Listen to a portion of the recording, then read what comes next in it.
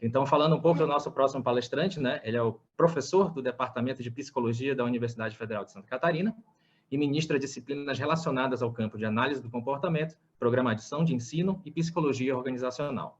É doutor e mestre em psicologia na Universidade Federal de Santa Catarina e especialista em administração pela FAI, graduado também em psicologia pela Universidade Federal do Pará e é também analista do comportamento acreditado pela Associação Brasileira de Psicologia e Medicina Comportamental, né? A nossa ABPMC. Entre os seus temas de interesse tem educação científica, formação de profissionais de nível superior, programação de ensino, tecnologias de ensino, análise organizacional de instituições de ensino superior, ciência e tecnologia, análise do comportamento aplicada e análise experimental do comportamento. Estou falando do professor Helder Gusso, que já está aqui entre nós. Seja bem-vindo, Helder.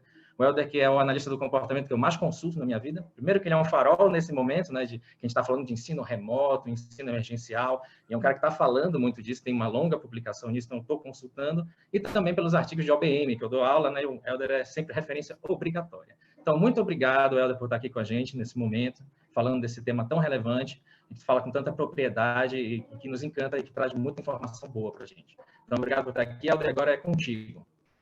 Então, muito obrigado pela elogiosa apresentação, Hernando. Uma honra ser apresentado assim por você. E uma grande dificuldade fazer uma apresentação depois do Saulo e antes da Marilu. Vocês me colocaram no meio de gigantes, então a responsabilidade, eu estou sentindo o peso dela aqui, é muito grande, né? É um prazer estar com vocês. Reforço as palavras também do Saulo, quanto a como é legal ter um evento todo online, gratuito, que vai ficar público e as palestras disponíveis no YouTube. Vários vídeos já pude assistir lá em outros horários, temas super interessantes, então é uma grande honra mesmo estar aqui com vocês. Eu vou fazer uma apresentação, então, deixa eu botar aqui, compartilhar a tela com vocês primeiro, que vai versar, deixa eu, aqui. Só peço que me dê um feedback se está visível para o pessoal, se está compartilhamento de tela, estão vendo a tela, estão me vendo? Ok, por aqui. Maravilha. Então, essa apresentação, ela vai falar sobre essa situação que a gente tem vivido hoje, né, da educação remota que temos passado no período de pandemia, e vamos fazer uma relação disso com algo que é muito grato na história da análise do comportamento, que é conhecido como Plano Keller, PSI ou Plano Brasília. Então a gente vai discutir um pouquinho essas duas coisas e tentar mostrar uma possível integração entre elas como algo que poderia nos ajudar a avançar no debate sobre formas de qualificar aquilo que tem sido feito no tal do ensino online, no ensino remoto, como vocês quiserem chamar, que temos feito nesse momento. Essa apresentação em especial, a parte que vai falar sobre o PSI, ela tem uma participação do João Henrique Schuster e do Pedro Henrique Pacheco Kannenberg, que foram alunos que fizeram um excelente trabalho de iniciação científica comigo, no qual, além de coletar dados, fazer uma pesquisa empírica, eles também fizeram um resgate histórico do PSI, e em especial de um período em que a gente muitas vezes não fala sobre ele, que é o que aconteceu com o PSI depois de seu lançamento, de seu sucesso inicial. Né? Tem uma história de transformação naquilo que é entendido por PSI ao longo das décadas, e um pouco dessa história vai ser contada aqui hoje também, tá bom? Então fiquem bem à vontade todos para perguntar, questionar, mandar comentários, considerações, que a gente vai construindo isso juntos. Bom, eu não vou me alongar muito, mas todos sabem que vivemos uma grande pandemia com um cenário devastador pelo mundo inteiro, em especial nos países que gerenciam mal essa pandemia, tal como o Brasil, Estados Unidos, entre outros, né? Enquanto alguns países vivem uma realidade muito diferente nesse momento, inclusive com retorno em alguns contextos, há uma educação presencial, semipresencial ou com uma educação híbrida. E em muitos lugares a gente está muito longe de poder chegar a isso porque simplesmente não temos controle algum sobre o que tem acontecido ao longo dessa pandemia, tal como aqui no Brasil, né? A gente está simplesmente em uma situação fora de controle, semana 700 e poucas pessoas morrendo por dia de Covid, então não dá para brincar com a situação. E as aulas, em grande parte, se não na totalidade do país, têm estado basicamente ocorrendo de maneira online, quando, inclusive, está ocorrendo, né? Em alguns contextos, nem ocorrendo está. O dado geral que a gente tem nesse momento, e a única estimativa que eu conheço até agora lançada sobre isso é da Unesco, indica que 91% dos estudantes no mundo inteiro tiveram as atividades de ensino interrompidas por causa dessa pandemia. Não há histórico na história nenhum precedente de algo próximo a isso. Nenhuma das grandes pandemias no mundo antes chegaram a ter um efeito tão grande no sistema educacional como essa da Covid agora está tendo. Então, é uma pandemia que afeta muito as instituições educacionais e a vida de estudantes, professores e suas famílias, né? E a questão central para nós, tentando falar isso de maneira bem resumida, né, é que, dado o cenário desde fim de abril, de que a duração dessa pandemia tende a ser, no mínimo, até o fim desse ano, talvez até meados do ano que vem ainda, ou ainda um período um pouco indefinido, suspender totalmente as atividades de ensino é considerado, quase que na totalidade das pessoas que discutem sobre o tema, como uma alternativa inviável, né? Se fosse algo para parar durante um mês no local, talvez suspender as aulas e retomar é uma condição. Agora, a gente ficar um ano sem condições de ensino das crianças até os adultos, isso tem um efeito que é bastante perigoso, né? Por várias razões. Do ponto de vista, falar só das universidades, do ponto de vista universitário, a gente atrasar a formação universitária é falar em atrasar aquilo que tipicamente é o que melhor produz condições de vida para as próprias pessoas, ou seja, as pessoas avançarem em condições de vida, em condições socioeconômicas. Não há nada similar à educação em termos de possibilidade das pessoas prosperarem individualmente na vida, e principalmente do ponto de vista social, é falar em atrasar em um ano a formação de profissionais de nível superior, os profissionais com mais alto nível educacional e que, em tese, são os que são capazes de promover maior transformação social, ambiental e econômica nesse mundo inteiro, né? Então, é um prejuízo muito grande. Adicionalmente, tem outros riscos que são discutidos sobre isso, né? Ficar sem educação pode implicar das pessoas se envolverem em outros tipos de contingência e não quererem depois nem retornar ao ambiente educacional, né? Começa a trabalhar e abandona a escola, então a evasão tende a ser alta em períodos de afastamento das instituições escolares e coisas desse tipo. Então, a discussão no mundo tem sido muito essa, né? Vamos viabilizar de alguma maneira a educação, mesmo sem ser presencialmente. Hoje, nos países, né, desde março, estamos nessa da pandemia, na maior parte do mundo, pelo menos em março, alguns locais um pouco antes, mas desde março, alguns países já controlaram melhor a situação, e hoje, em boa parte das universidades, nesses países, o que estão fazendo agora é o tal do ensino híbrido, né? Misturar ensino online com presencial. E aí, para a maior parte das aulas ainda, é atividade online, e para aquelas atividades que envolvem prática, ou como estágio, ou atividades em laboratório, os alunos vão para a instituição que está adequando os espaços físicos para viabilizar o distanciamento social entre pessoas, ter menos pessoas circulando pelos campos e deixando condições sanitárias um pouco mais seguras, né, para evitar o contágio. Junto a isso, aquilo que não é da universidade, mas é característico de onde está tendo mais controle da pandemia, que é justamente ter procedimentos sanitários bastante rigorosos e muito teste, rastreio e isolamento de pessoas infectadas, garantindo assim que a situação não piore nesses contextos, né? Então, conversando com colegas que moram em outros países, estudam, trabalham em outros países, é comum eles dizerem que em um mês eles são testados 3, 4 vezes em diferentes contextos, porque existe teste e rastreio o tempo todo, a gente sabe onde cada pessoa foi, se alguém foi infectado e passou por um lugar, você descobre, porque você rastreia quem foram as pessoas que passaram naquele período e por diante, coisa muito distante da realidade brasileira, que não está fazendo muito nessa direção. E nos países fora de controle, como é o nosso caso, o ensino basicamente está se dando de maneira online, né? Alguns contextos integrando estratégias online com outras formas de viabilizar o que a gente chama de transmissão de conhecimento, né? Disponibilizando material, coisas do tipo, mas predominantemente usando os recursos das tecnologias da informação e comunicação com ênfase nos recursos ditos online. Na literatura, ficou consagrado neste ano um termo que é o ensino remoto emergencial.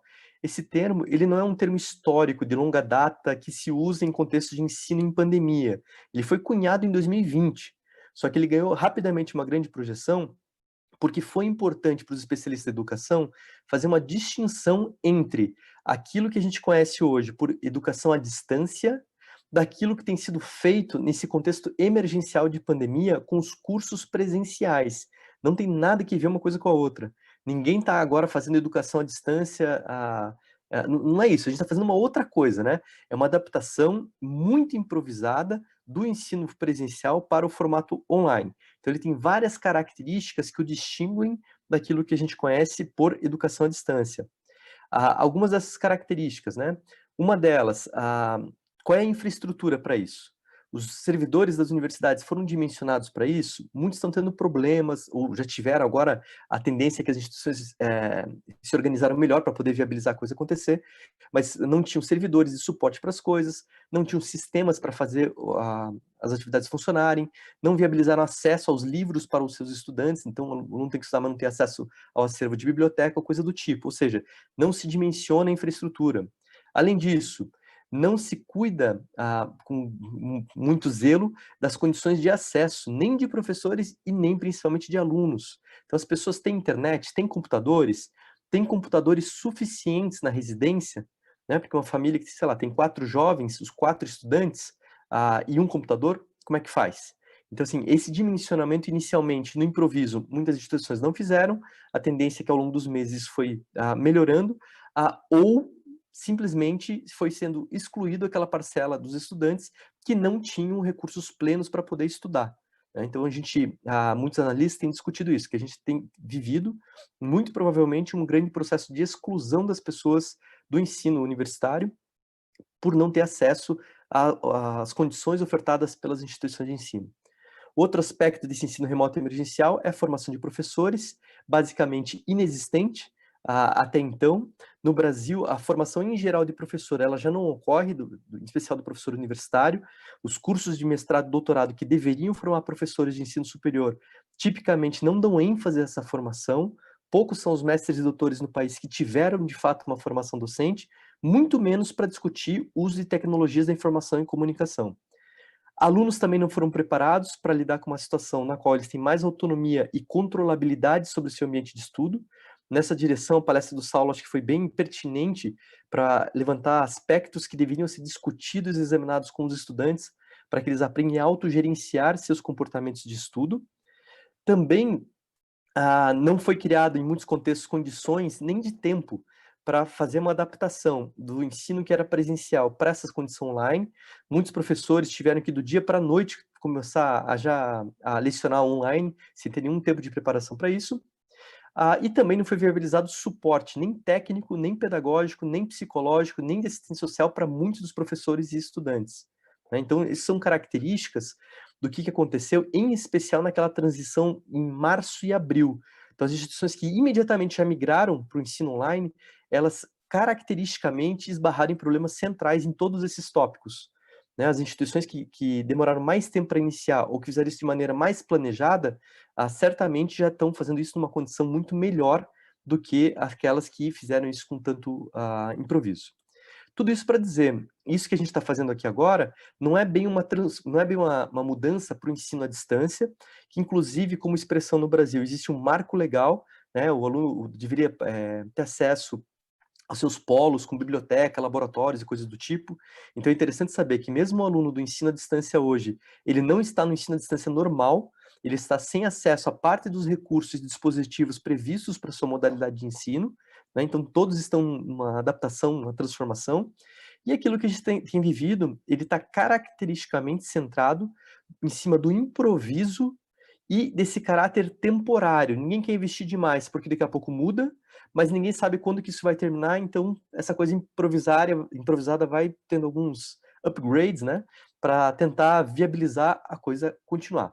É uma grande preocupação das instituições evitar a evasão escolar, que os alunos não tranquem curso e tudo mais, porque isso cria um problema para as instituições, cria um problema para a sociedade e tudo mais, mas o fato é, estamos no ensino improvisado, em características que esperamos todos que sejam bem temporárias, tudo bem? Dito isso, o que são os grandes problemas ou discussões que se discute na história do ensino remoto emergencial hoje? As duas principais, o acesso, né, não é o foco nosso aqui hoje, mas é o quanto os alunos e professores de fato estão em condições de poder se dedicar a isso. A cada país essa discussão é muito diferente, né? Por quê? Porque políticas públicas alteram de maneira brutal as condições de acesso. Então, alguns países viabilizaram efetivamente condições de acesso para os estudantes. No Brasil, isso não aconteceu, não houve políticas do Ministério da Saúde, do Ministério da Educação, que viabilizasse que os estudantes permanecessem estudando e dedicados aos estudos. Então, isso inexistiu no Brasil, tornando a coisa ainda mais difícil. e vivemos um país que tem uma diversidade muito grande em território, né? Então, a realidade aqui em Santa Catarina, onde eu estou, no Pará, na Bahia, na Amazônia, em São Paulo, são realidades muito distintas de instituição para instituição, e é muito difícil você ter uma regra para dizer que aqui estamos assim. Então, cada cidade tem lidado com problemas muito particulares das suas regiões, né? E o outro problema, que é o que a gente vai lidar e discutir aqui hoje, que é a qualidade desse ensino, né? Será que vale a pena fazer ou seguir do jeito que está sendo feito? Estamos tentando reduzir danos, né, da interrupção do ensino presencial, mas será que está valendo a pena? E se não tiver, ou mesmo que esteja um pouco, como melhorar essas condições para que a gente possa ter um ensino mais qualificado, de melhor qualidade, para garantir uma boa formação profissional para os estudantes universitários, né? Essa é a grande discussão que é o mote da nossa conversa aqui hoje. O que na prática tem acontecido? Quem está assistindo pode comentar se a sua realidade é essa também. Na prática, a maior parte das instituições basicamente tem feito transmissão de aulas na modalidade síncrona, né? Então, na hora da aula, o professor conecta lá, alunos conectam, o professor apresenta a sua aula. Ali na imagem tem o professor no quadro negro, acho que é um pouco exagerado, acho que poucos estão fazendo isso, né? Mas basicamente o professor senta lá, fala, dá o exercício, resolve junto aqui na tela com os alunos, enfim, no horário da aula. Isso tem sido predominantemente o que tem acontecido, ao ponto de que o Manual de Orientações do Conselho Federal de Psicologia, quando ele, em relação à formação nesse período de pandemia, quando ele define ensino remoto emergencial, eles falam que é um ensino que ocorre de maneira síncrona. Tá? Então, a definição, inclusive, para algumas pessoas, tem usado como se agora o ensino fosse isso, o professor transmitir aula para os seus alunos. Tudo bem? Isso é um problema, eu não estou vendendo isso como ideia, o que a coisa é assim, tudo bem? Estou dizendo como a coisa tem sido utilizada. Nós já vamos tentar inverter um pouco esse entendimento aqui. Bom, vamos lá. Para aqueles que entendem que ensinar, ou que a função do ensino é transmitir conteúdo, tá tudo muito tranquilo, né? Se a gente entender que os alunos têm acesso, o professor também, e que todo mundo está em condição nessa pandemia de estudar, é muito fácil a gente transmitir conteúdo. Como é que a gente faz isso? A gente faz uma aula síncrona, como as instituições predominantemente têm feito, ou grava essa aula e manda para os alunos, e basta ensinar para os professores a usar o Zoom, o Google Meet ou qualquer outro software que faça a transmissão de aula. Não é isso? Então a gente teria o grande problema educacional resolvido, basicamente garantindo que professores sentem e transmitam seu ilustre conhecimento para seus alunos. Qual é o problema disso? A gente sabe que isso é uma forma barata de fazer a coisa, tem como executar, está na mão das pessoas para poder fazer isso. Agora, isso é incompatível com aquilo que predominantemente, não é só analista do comportamento, mas quem estuda educação entende que ensinar não poderia ser reduzido à ideia de transmitir conteúdos. Tá? Se você entende que ensinar é mais do que transmitir conteúdos, só transmitir videoaula não é a saída para a gente enfrentar uma pandemia, né? Então, nesse caso, o entendimento né? Na teoria, a gente sabe que transmitir conteúdo é pouco, mas na prática, a gente sabe que o que vigora predominantemente ainda nas universidades hoje é muito isso, aula expositiva, cursos conteudistas e coisas do tipo, né? Então, eu tenho dito que a gente tem vivido dois grandes problemas. Um problema que é muito antigo, que é tentar superar o modelo conteudista de ensino que ainda predomina em nossas instituições educacionais, e o novo desafio, que é não aceitar isso como meio de transformação para esse ensino remoto, pelo risco de que isso só vai precarizar ainda mais um ensino e uma educação que já é precária. Tudo bem? Então, não estou querendo que o ensino seja tão bom quanto o presencial. O que eu estou dizendo é que o ensino presencial, em geral, já é ruim. Em geral, ele não é bom. Agora, ele não sendo bom, se ele for mantido e simplesmente agora transmitido de maneira online, a tendência é que ele piore ainda mais as coisas, ok? Na análise do comportamento, o entendimento em geral a gente não transmite conteúdo. Ensinar é desenvolver comportamentos, é desenvolver graus de capacidade de atuação. Numa representação gráfica que eu acho muito didática sobre isso, elaborado pela professora Olga Cubo e Silvio Botomé, eles indicam lá conteúdos ou temas, né, o assuntos de uma disciplina, eles formam aquilo que a gente conhece por grade curricular de um curso, tipicamente, né? Então, podemos preencher isso como vocês quiserem, todas as disciplinas que vocês imaginarem. O problema para o analista do comportamento é que ensinar envolve uma terceira dimensão, que é olhar para a capacidade de atuação do aprendiz sobre a sua realidade social. Então, o problema agora eu não tenho como pegar um aluno e simplesmente ficar discutindo com ele para ele ter o nível da informação, do tipo repetir o que eu falo. Então, memorizar ou repetir o que aprendi de um professor, eu estou no nível de falar sobre as coisas, mas eu não transformo realidade social, né? Então, quando eu desenvolvo repertórios comportamentais, eu vou em direção a níveis de atuação mais sofisticados, né? Eu posso estar no nível de aptidão, né? Tem uma certificação pública de que eu estou apto, qualificado para fazer certa coisa. Eu posso dizer que alguém trabalha em um nível de competência, então faz a coisa bem feita, sem botar pessoas em risco. Poderia dizer que tem pessoas que são mais que competentes, são habilidosas, e podemos ainda dizer que tem pessoas que são peritas em alguma coisa, né? Então, o grau do quanto você é capaz de fazer alguma coisa, ele poderia ser nomeado de diferentes maneiras, né? A ideia de ensino por competência poderia ser entendido dessa forma. É um grau da capacidade de atuação sobre a realidade social. Mas a discussão sobre competência se perverteu na história dos conhecimentos, habilidades, atitudes e deixou de ser orientador para quem trabalha com educação, né? Mas, enfim, para um behaviorista, estamos trabalhando, então, desenvolvendo capacidade de atuação. No caso específico do ensino superior, uma proposição num artigo que vou indicar ao final, que recém publicamos no nosso grupo de estudos em programação de ensino, é uma definição que fala que no ensino superior a função é formar profissionais que estejam aptos a compreender e intervir sobre a realidade social, transformando-a por meio de ações cientificamente fundamentadas, tecnicamente adequadas e socialmente significativas, né? Então, eu preciso atuar sobre o mundo com base no conhecimento. Não é ignorar a informação, ignorar o conhecimento, mas é que ele é base para que eu possa fazer uma transformação social. E aí o problema é, como é que eu ensino de modo remoto, desenvolvendo repertórios comportamentais? Né? Já falei que só dar aula, videoaula, não serve, não funciona. Nesse caso, antes de falar de análise de comportamento, eu vou olhar agora para a literatura, que versa sobre educação com base em evidências, em especial. E algumas das indicações dessa literatura, em especial para a modalidade online, indicam coisas do tipo: ensinar online é um tipo de ensino que a base dele é assíncrona, ou seja, não é professor e aluno juntos ao mesmo tempo, mas é professor dispondo roteiros, orientações de atividades do que precisa ser feito, o aluno fazendo coisas, apresentando ao professor e agora eles discutem. Ou seja, a maior parte dessa relação se dá num contínuo de tempo que um agente, professor, e o outro aluno não estão juntos ao mesmo tempo. Então, não deveria ser todo mundo junto na hora da aula o tempo todo. A base é assíncrona.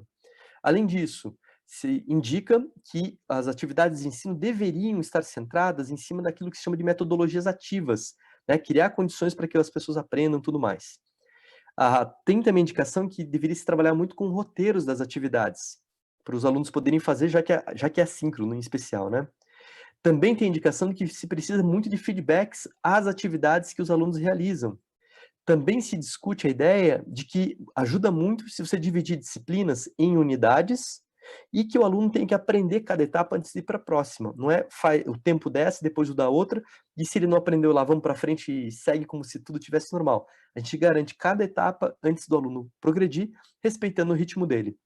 Agora veja, um ensino assíncrono com metodologia ativa, roteiros de atividade, feedbacks imediatos, dividir a disciplina em pequenas unidades, exigir proficiência, respeitar o ritmo do aluno. Vocês já ouviram essas coisas em algum lugar?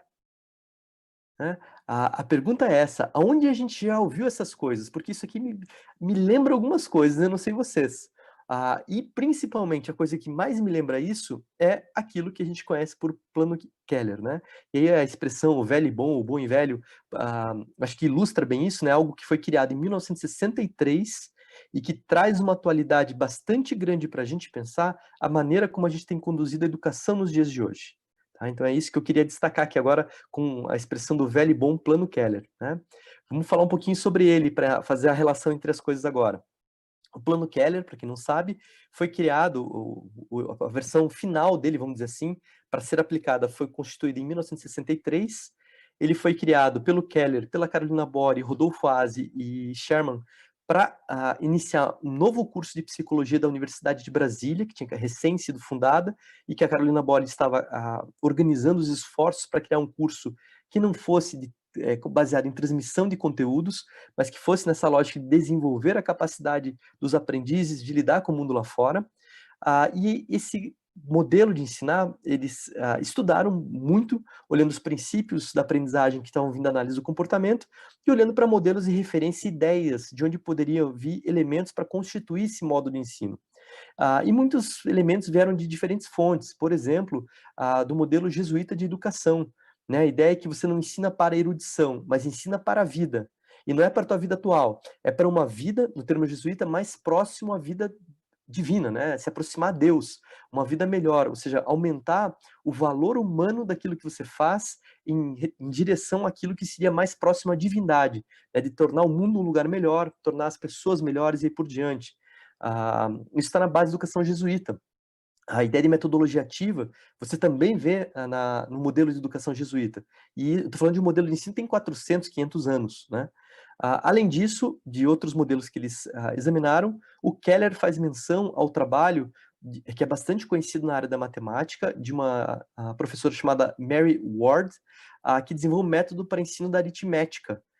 E segundo Keller, foi o primeiro lugar que ele viu todos os elementos que eles pensaram para o PSI sendo usados de maneira combinada. Então, o PSI não foi algo do nada que surgiu, mas uma combinação de uma série de elementos que, inclusive, já tinha na literatura, no ensino específico da matemática. O que eles fizeram foi integrar isso com os princípios do reforçamento, inseriram componentes como instrução programada e coisas do tipo. Em 63, o Keller testou esse programa com 3 estudantes da Universidade de Colômbia, foi um sucesso bastante grande. E em 64, começaram a primeira experiência na Universidade de Brasília, com esse novo curso, esse novo modo de ensinar. Em um texto relativamente recente sobre a história de tudo isso, é descrito, né, o PSI como uma tecnologia que abrange toda uma organização do ambiente social, focado na interação entre alunos, monitores, professores, a atividade e material de ensino, orientado para o processo de ensinar e aprender. Né? Então não é um jeito de fazer a aula, é uma lógica de pensar o processo de ensino e aprendizagem, que vai envolver desde o início do planejamento até o final da avaliação do curso. Então, um curso PSI, ele não é uma aula que você vai dar diferente, ele é uma maneira de entender o teu processo de ensino e o processo de aprendizagem. Durante a década de 60, em especial a década de 70, 70 para 80, centenas de publicações atestaram a eficiência e eficácia desse procedimento de ensino, indicando que ele funciona melhor do que as disciplinas ditas mais do formato tradicional. Então, o desempenho final da disciplina dos alunos em PSI é melhor. Quando você faz uma avaliação depois da disciplina para avaliar o quanto os alunos lembram do que aprenderam, são capazes de fazer o que eram capazes antes, quem fez curso no PSI lembra mais daquilo que já passou. São cursos que têm índices menores de evasão, menos alunos abandonam. E o dado que eu acho mais legal é que os alunos que pertencem a grupos ditos minoritários e que têm uma maior tendência à evasão e reprovação, quando participam de cursos no formato PSI, têm taxas de sucesso tão boas quanto os alunos ditos bons estudantes, alunos que não precisam de ajuda e coisas do tipo. Então, você diminui um pouco a desigualdade social quando você cria um sistema de ensino como é o PSI. Né? Espero estar criando uma curiosidade para quem não conhece ainda o PSI sobre, mas e como que isso funciona, né? Já vamos falar sobre isso.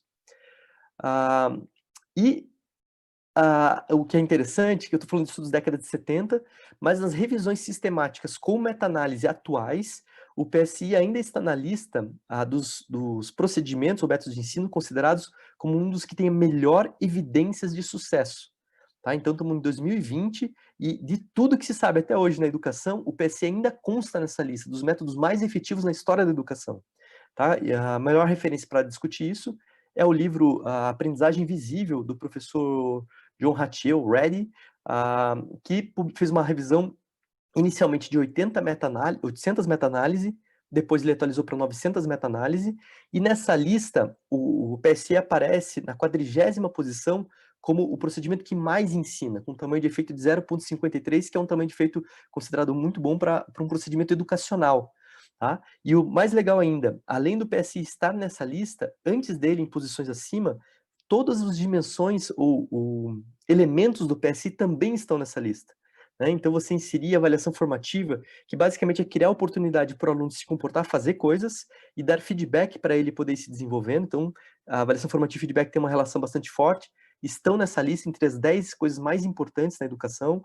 Exigir proficiência é outra coisa bastante importante, a viabilizar tutoria, centrar no aluno, enfim, vários elementos do PSI estão nessa lista, tá? E isso, enfim, lança para nós um holofote muito grande indicando, tem algo importante aqui, né? Que na história da análise de comportamento, talvez mais recentemente, poucas pessoas, inclusive, tenham visto, né? Poucos tenham passado por uma disciplina na graduação que usa o PSI como método de ensino. O PSI, historicamente, passou por transformações. Ele tinha algumas características originais que sofreram algumas mudanças. Eu já vou falar dessas que hoje são consideradas na área, tá? Então, a primeira delas é a ideia da proficiência. Então, o aluno tem que ser proficiente em cada unidade. Então, eu tenho uma disciplina, eu separo ela em unidades. Então, o curso que foi criado em Brasília, lá em 64, eram, se não me engano, 49 unidades. Algumas disciplinas são em 10, 5, enfim, se quebra em unidades e o aluno tem que ser proficiente na unidade antes de partir para a próxima. Se ele ainda não está proficiente, ele vai ter mais acesso, mais condições de suporte para que ele dê conta de aprender a primeira unidade antes de ir para a segunda. Em geral, por quê? Porque as coisas são pré-requisitas uma da outra, né?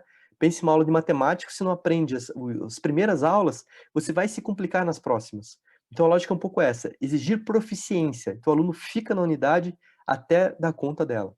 Além disso, eles utilizam a expressão que o conteúdo do curso é sob demanda, ou seja, conforme o aluno precisa de algo, agora é o momento em que ele recebe esse material. Inicialmente se discutia muito a ideia que tudo era embasado na palavra escrita, mas não se tinha outros recursos também, né? Vídeos, forma de transmitir áudio e tudo mais. Então a ênfase saiu um pouco só de ser palavra escrita, mas ela ainda é bastante importante. Mas você oferece instruções, roteiros, textos, materiais para o aluno, conforme o momento em que ele precisa disso. Né? Na hora que ele chega naquilo, é a hora que ele vai ter aquilo para fazer. Além disso, você flexibiliza o ritmo do aluno, não é que ele vai poder fazer o tempo todo a hora que ele quiser, mas se o aluno precisa de mais tempo numa unidade, é facultado a ele. Se ele precisa de um pouco mais tempo na disciplina, é facultado a ele, dentro dos parâmetros do que for possível. Se tem um papel muito forte da tutoria, em grande parte feita agora por pares, então outros estudantes auxiliam, os estudantes auxiliam uns aos outros na aprendizagem, conversando, discutindo sobre as coisas que estão fazendo. Inicialmente era um papel dos estudantes mais velhos, né, que já passaram pela disciplina, a ideia dos monitores. Hoje se vê que os pares eles são suficientes como condições para a tutoria, porque a função central da tutoria é menos alguém que ensine você e mais o contato social. Então, assim, desenvolver esse contato social com outros estudantes na universidade é algo que é visto como algo de grande importância, né? Foge um pouco do objetivo da disciplina, mas fala da formação como ser humano e como universitário de maneira geral. E a outra dimensão que é muito feedback, e feedbacks imediatos aos desempenhos dos estudantes. Tudo bem? Então, isso é característica do PSI hoje. Além disso, considerado hoje como características secundárias do PSI, é a ideia que essas unidades devem ser pequenas, isso facilita para o aprendiz, e que ao final das unidades, ou conjuntos das unidades, se faça exercícios e atividades de revisão. Tá? Então, esse conjunto de informações, ele viabiliza a gente construir disciplinas muito efetivas, que os alunos aprendem, pouco evadem, e quase a totalidade deles consegue ter sucesso ao longo do curso. Né?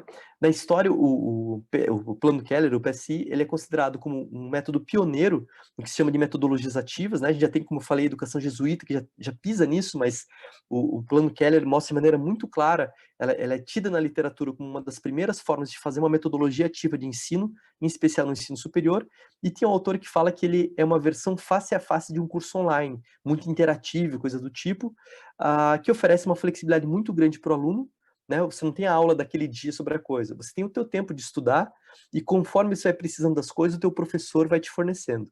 Né? A relação é diferente, você não tem aquela aula semanal daquele tema nessa semana. A aula vai estar onde você estiver.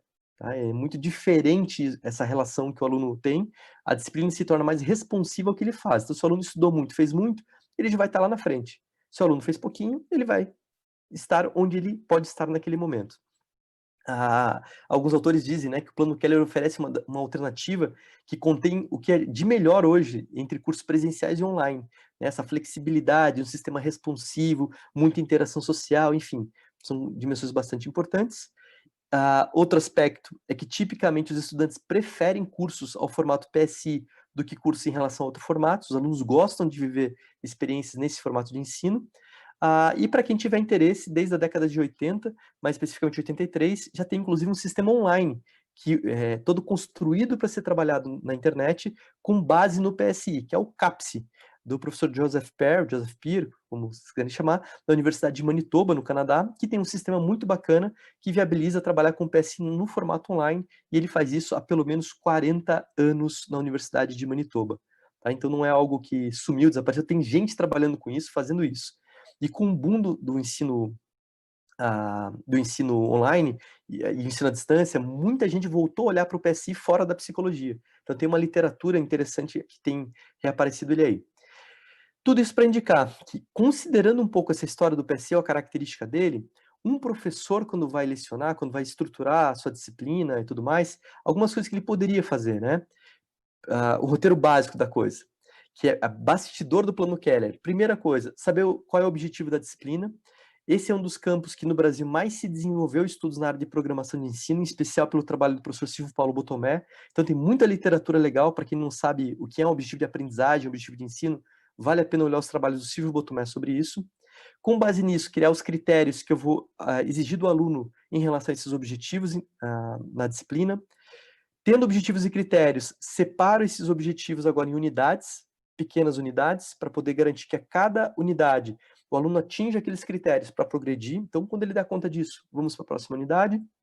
Depois disso, criar atividades que envolvam participação ativa e colaborativa. Aí aqui me permitam destacar um pouquinho mais, né?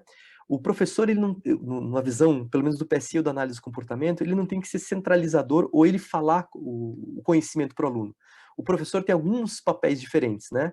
O professor aqui representado por essa simpática senhora e seus alunos ali, ela instrui, ela oferece instruções, roteiros de trabalho, os alunos fazem atividade, nesse momento o professor acompanha, orienta, incentiva, valoriza o fazer. Depois que os alunos terminam de fazer atividade, ela avalia, dá feedbacks, valoriza mais e adequa o planejamento da disciplina conforme o desempenho dos aprendizes. Ou seja, o que o professor faz não é apresentar informação, gente. Eu dou instrução e talvez dê textos ou vídeos onde está a coisa e tudo mais, para eles terem acesso àquilo que é importante eles saberem. Agora, eu crio condições para eles fazerem atividades, oriento, supervisiono, acompanho e depois avalio o que eles fizeram, dou feedbacks e readequo meu planejamento. E o que seriam essas atividades dos alunos, em geral? Colocar os estudantes para pesquisar, para comparar um algo com outro algo, construir algo, produzir alguma coisa, simular alguma coisa, fazer uma avaliação sobre alguma coisa, criticar uma ideia, propor alguma coisa, enfim. São ações efetivas, ações ativas, né? Que sempre tem que ser feitas, obviamente, considerando o perfil dos alunos que você tem e os recursos que você vai ter disponível. E muito disso dá para fazer online, né? Propor desafios que eles têm que fazer avaliação de alguma coisa, ou propor algo, ou comparar ideias e coisas desse tipo, né? E o destaque nesse momento de pandemia é lembrar que atividades colaborativas entre estudantes nesse momento, eles têm um papel muito importante para jovens que estão em distanciamento social. Muitos estudantes sabem como lidar ou interagir com outros colegas, né? Os jogos online, sei lá o quê. Tem uma série de outros acessos, mas alguns estudantes dependem mais dessas contingências acadêmicas para interagir. Então, é bem importante ter atividades que as pessoas possam interagir. Isso vai ser, inclusive, um fator de proteção à saúde mental deles nesse momento. Por outro lado, exigir demais atividades interativas dos estudantes nesse momento sobrecarrega ainda mais atividades com mediação do computador, o que também pode levar mais cansaço e dificuldades para os alunos que têm menos acesso. Então tem que ser levado com bastante consideração se vale ou não vale a pena usar tudo isso, né?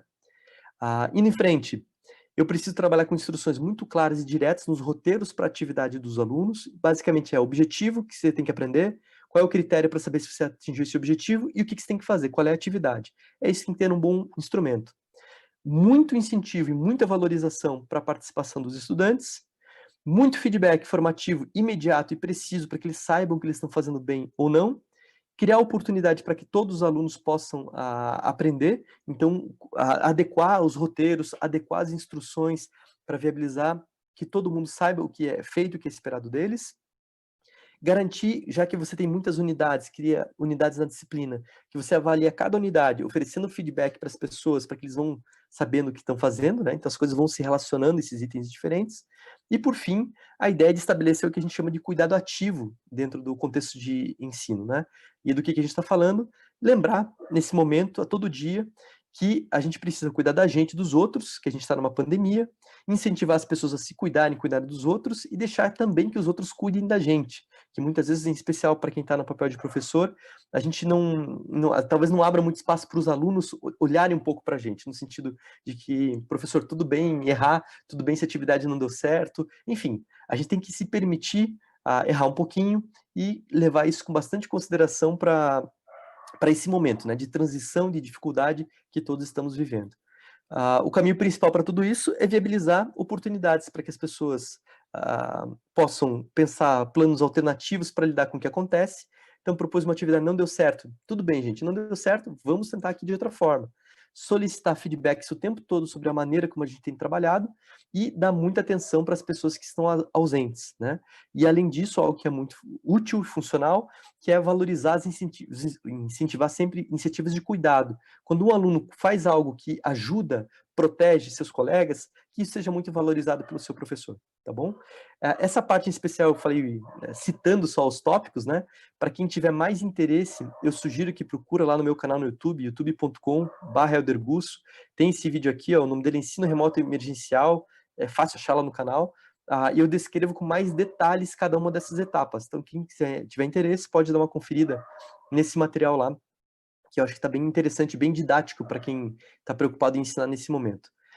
E também a outra referência que daria, que eu acho que é bastante pertinente nesse momento, que é o texto publicado pelo grupo de pesquisa em programação de condições para desenvolver comportamento, ao qual faço parte, que envolveu 10 pesquisadores que estudaram sobre ensino nesse contexto de pandemia, e nós publicamos um primeiro texto que é em relação às decisões que as universidades têm tomado para a viabilização do ensino dito remoto.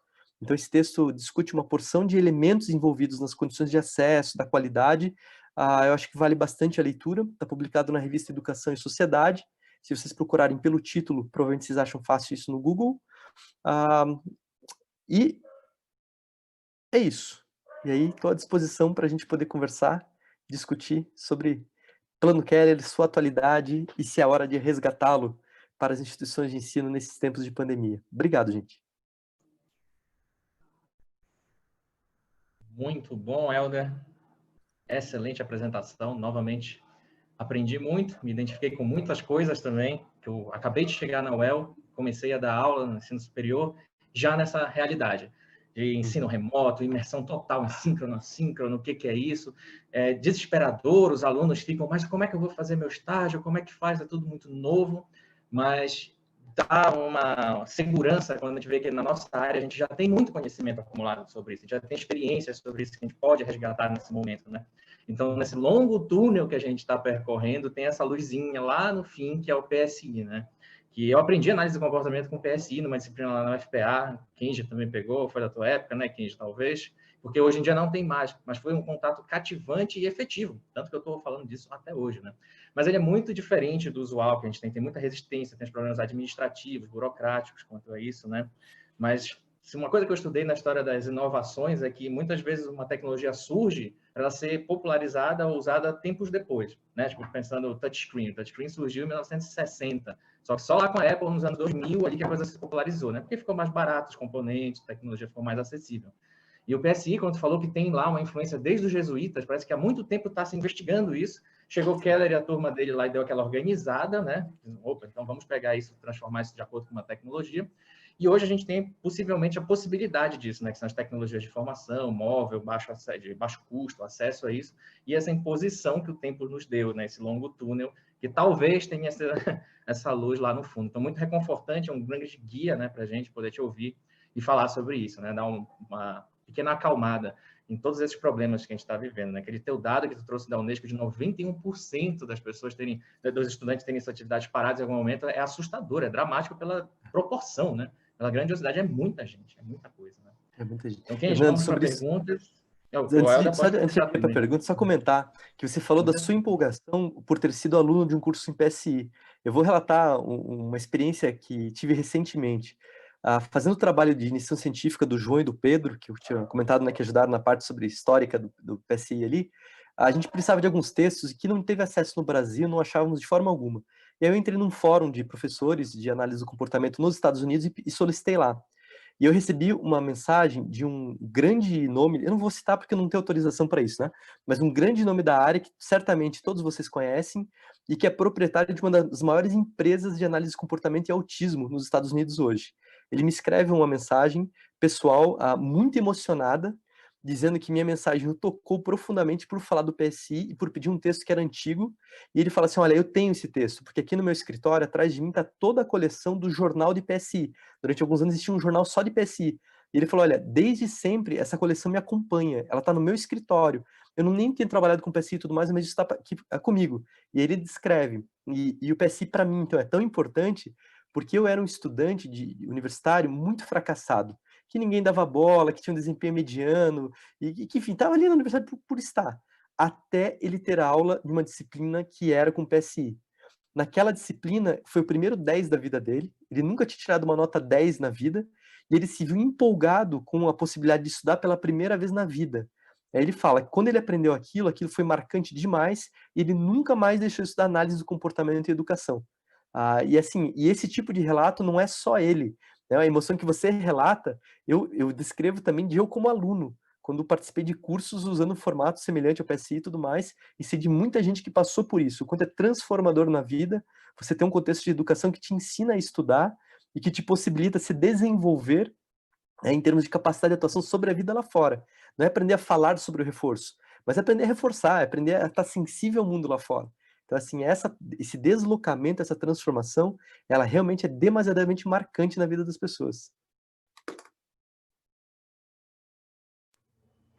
Parabéns, Helder, parabéns pela palestra.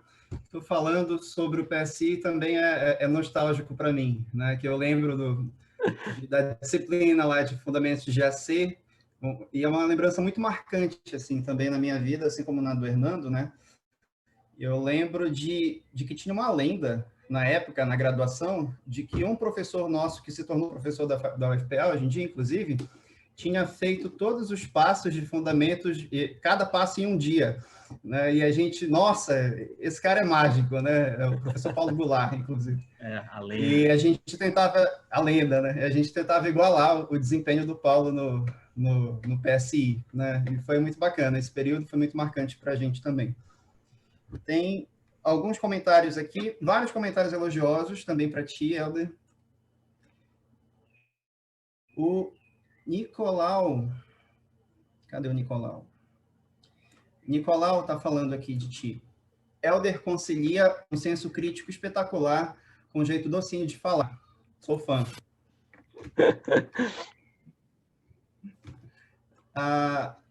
O André Tcheme falando aqui, concordando com o Nicolau, falando que é a melhor definição de ti. Gabriel também falando que é verdade. A Sônia te dando parabéns. Ângelo Sampaio falando aqui que o tema é fundamental, fala clara, embasada e ainda com slides lindos. Helder é meu ídolo. E aí, alguns outros comentários aqui.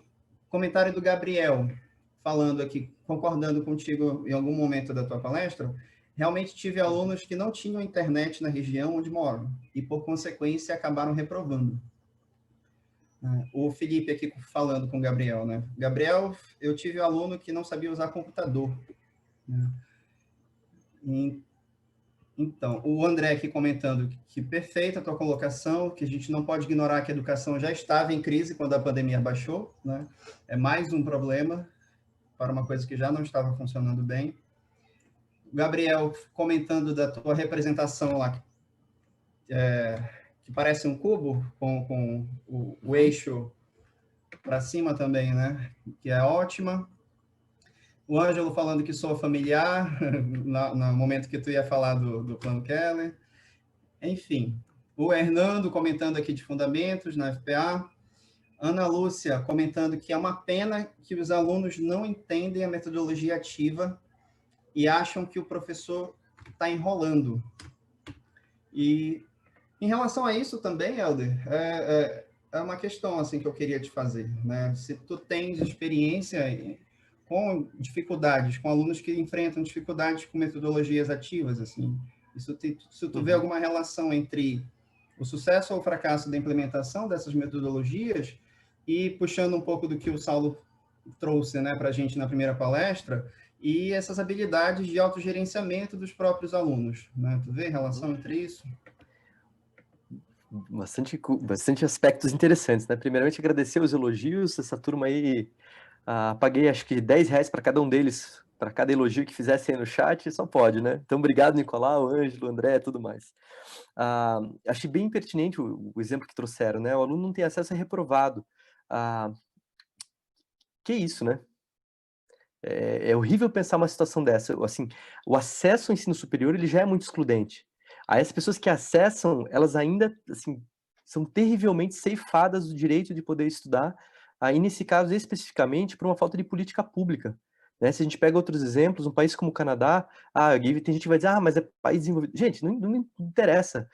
O Canadá ofertou $5.000 para cada estudante que precisasse poder viabilizar condições de permanência no ensino, porque se prioriza a ideia de que o aluno aprender ou se desenvolver como profissional de ensino superior trará benefícios sociais mais amplos, sabe? Então, assim, aqui os alunos têm que largar o curso para sobreviver, ajudar a família e tudo mais. É muito triste viver essa realidade. Essa é a grande verdade. O outro aspecto que destacaram, que eu acho muito legal, né, tem um aluno que não tem computador, que é um problema aí de acesso a recurso. Tem um aluno que pode até ter o recurso, mas não sabe usá-lo. Então, é uma habilidade, né, da computação, uma habilidade técnica importante para essa coisa online.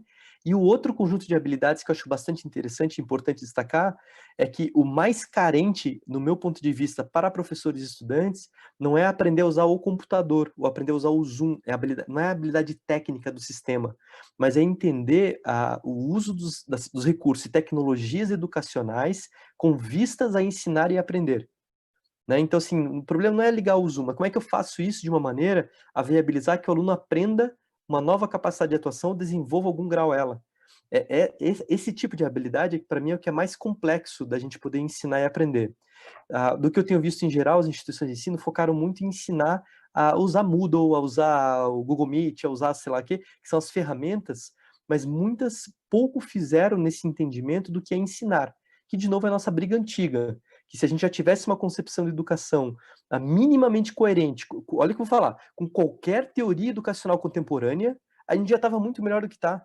O problema é esse, a gente tem uma praxis, uma atividade educativa que não corresponde a coisa alguma que se discute em educação e pedagogia. A gente está muito longe disso. Né? Não quero que as pessoas todas se tornem behavioristas para ensinar, mas que elas utilizem qualquer conhecimento ou matriz que possa lançar luz daquilo que foi produzido nos últimos 50, 70 anos, pelo menos. E aí vem um ponto que vocês destacaram que eu achei ainda mais legal. O quanto, muitas vezes, você criar atividade para o aluno fazer, parece que o professor mais está enrolando do que ensinando, né? Sobre isso, já lidei várias vezes com isso, dos alunos indicar esse tipo de coisa, eu prefiro que o professor dê aula, sei lá, ok, e tudo mais. Tem muita coisa em jogo, né? Você conflita com o modus operandi que está vigente, adicionalmente, você demanda mais atividade e esforço do aluno, o custo de resposta é muito maior para fazer alguma coisa, e torna a coisa muito mais exigente, né? Então, tem mais exigência, tem mais custo de resposta e está muito diferente. Quanto a isso, onde que eu costumo trabalhar para tentar ganhar essa percepção dos alunos que vale a pena fazer dessa maneira? Ter clareza sobre o objetivo de ensino. Então, vamos lá, vamos fazer uma atividade. O objetivo nessa atividade é que, ao final dela, você esteja capaz de... E aí vamos especificar qual é o comportamento objetivo. Bonitinho. Vamos fazer atividade. Ao final da atividade, eu costumo retomar os objetivos para avaliar com os alunos. Gente, o objetivo dessa aula era que vocês fossem capazes de fazer isso. Olha para o repertório de vocês e o que vocês acham sobre isso. E aí é muito caricato, que em geral os alunos, quando veem a descrição do comportamento e veem o que eles fizeram, o que eles estão fazendo agora, em geral a coisa corresponde. Então assim, valeu a pena porque a gente está cumprindo o nosso contrato pedagógico. Então acho que isso é uma coisa que ajuda. Explicitar a clareza da função da atividade, qual é o comportamento que vai ser efetivamente realizado. A outra coisa é a metodologia ativa, ela não pode ser uma coisa solta, né, numa disciplina. Ela tem que estar integrada num contexto em que certos objetivos estão previstos, em que eu crio uma condição para essa atividade, tá? Se o aluno começa a atividade completamente perdido, sem saber o que fazer, não foi bem programado. Então ele tem que saber, ele tem que ter o norte do que ele precisa fazer. Ter uma boa orientação, viabilizar suporte para o aluno poder fazer a coisa. Então, de fato, estar presente, mesmo que virtualmente ou assincronamente, né? Eu estou lá no fórum, no chat, perguntando, eu tenho que ter essa interação com o aluno. E depois, em especial, fornecer feedbacks e orientações em relação ao que ele fez. Tá? Para o aluno, o que é muito chato? O ativismo pedagógico. Ele vai lá, faz qualquer coisa, e depois nada acontece. E aí eu vou para o próximo tópico. Escreva uma redação, sei lá o quê, refletindo sobre tal tema. Mandou a redação, próxima aula, acabou. Isso não é metodologia ativa. Aliás, você pode chamar que é uma atividade, mas ele é incoerente com o que a gente está descrevendo como um PSI enquanto metodologia ativa. Né? A coerência com o objetivo. E isso ser comungado com o aprendiz, isso é uma coisa importante. O trabalho que eu citei do John Reddy, né, o John Hattier, sobre o visible learning, que ele chama, que é o que funciona na educação, ele usa a expressão do aprendizado visível para descrever o que funciona, porque por que ele usa essa expressão? Ele indica que é porque, em geral, o que funciona é quando você comunga ou compartilha entre professores, estudantes e comunidade escolar, dependendo do contexto, o entendimento do que precisa ser aprendido. É isso, em última instância, é outro jeito de falar que objetivos têm que ser compartilhados e as pessoas têm que estar entendendo por que estão fazendo o que estão fazendo. Né? Então, acho que são coisas que ajudam. Agora, a gente está brigando contra a cultura, né? A corrente vai numa outra direção. Então, é normal a gente lidar com esses problemas. Né? Acho que é esperado que a gente enfrente certos desafios nesse sentido. Nossa, como que isso é diferente de tudo que a gente aprende na escola, né? No ensino fundamental e médio, no caso, e aí entrando em uma faculdade, por exemplo, onde esse tipo de metodologia esteja sendo implementado, realmente é um desafio também para o aluno, né, de se adaptar. Com certeza.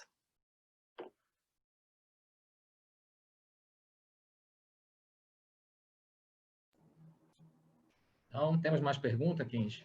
A gente vai deixar o Helder descansar. Opa, eu me mutei, sem querer. Acho que está no automático. Acho que temos mais algumas perguntas aqui, mas eu acho que já, pelo tempo, acho que a gente já pode encerrar por hoje mesmo. Te agradeço de novo, Helder. Foi um prazer. Helder, muito obrigado. Agradeço a todos vocês pelo trabalho, pela iniciativa de puxar esse longo evento, né? São muitos sábados de trabalho aí para vocês. Mas agradeço a toda a comunidade de analistas de comportamento e de outras pessoas que vão se beneficiar também vendo ao vivo ou nos vídeos futuramente pelo trabalho de vocês aí. Tá? Uma ótima jornada e uma boa palestra para a Marilu que virá agora.